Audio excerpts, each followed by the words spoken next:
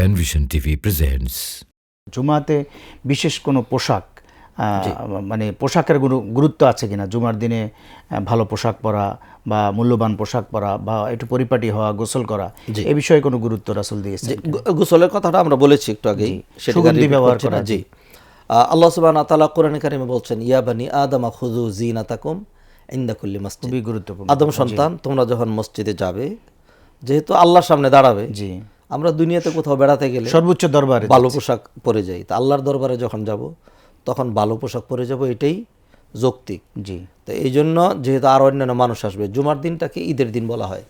ঈদের দিনে আমরা যেরকম সাপ্তাহিক ঈদ, জি, ঈদ উল ফিতর, কোরবানির ঈদ, এগুলো যেরকম বাৎসরিক উৎসব, জি, বাৎসরিক ঈদ, সপ্তাহের ঈদ কিন্তু জুমার দিন। জি। আমাদের দেশে আমরা দেখি ছোটখাটো মসজিদ হলেও জামে মসজিদ করে। আর ওস্তাদ এখানে একটু আলাদা কথা, ঈদটা হাদিসে আমরা আপনারা আমাদেরকে বলেছেন, আমরা পড়িয়েছেন, আমরা পাই, কিন্তু এইটাকে আবার সাপ্তাহিক হজের সাথে তুলনা করা হয়, যে ঈদটা গরিবের হজের দিন। এটা হাদিস সম্মত কি? আমার মনে হয় না। জি, আমার মনে হয় না এটি ঠিক হবে। জুমার দিন এটি সাপ্তাহিক একটি ঈদের দিন বিধায়, যেহেতু আমরা বাৎসরিক ঈদে ভালো ভালো কাপড় পরে যাই, জি, আতর গোলাপ করে যাই, এবং এই দিনে যেহেতু অনেক মানুষের সাথে সাক্ষাৎ হবে, সেই ক্ষেত্রে সাধারণ জেন্টালিটি, ভদ্রতা বলে আমিও একটু সুন্দর সাজসজ্জা করে যাব। আর বিশেষ করে যেহেতু আমি আল্লাহর ঘর মসজিদে যাচ্ছি, জি, যে কথাটি মাঝখানে বলছিলাম সেটি হলো, দেখবেন আমাদের দেশে তো মানে ছোটোখাটো মসজিদ হলে সেটি জামে মসজিদ হয়। আরব কান্ট্রিতে কিন্তু এরকম না।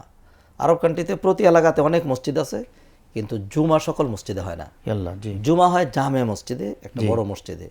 তার মানে হলো জুমার দিন মানুষ 1-2 গ্রামের সকল লোক একসাথে এক জায়গায় আসবে। তাহলে এত বড় একটি জমায়েত, উৎসবটা নিঃসন্দেহে গুরুত্বপূর্ণ।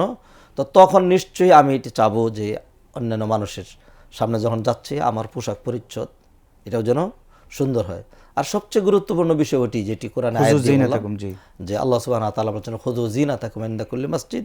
মসজিদে যাওয়ার সময় আমরা যেন ভালো করে আল্লাহর সামনে সাজসজ্জা করে যাই, আল্লাহ সেটি পছন্দ করেন।